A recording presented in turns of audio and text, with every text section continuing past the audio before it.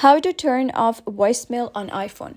Hello guys and welcome back to the channel. In today's video, I'm going to give you a step-by-step guide on how to disable or deactivate voicemail on an iPhone. So let's get started. First thing you need to know is voicemail is a regional option or a carrier option. So if voicemail option is not available in your region or if your carrier doesn't support voicemail, you wouldn't be able to see that option on your device. So first of all, you can head over to settings and then scroll down, click on apps. And here you're going to search for the application of phone. So come over to the P section, click on phone. And over here, you're going to scroll down and search for the option of voicemail.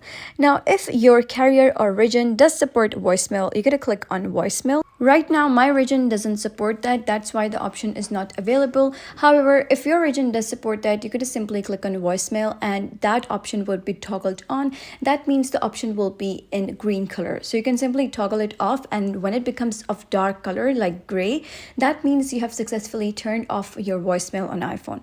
So that is basically how you can turn off voicemail on iPhone. So if you find this guide helpful, give it a thumbs up and don't forget to subscribe for more helpful tutorials. I'll see you in the next video.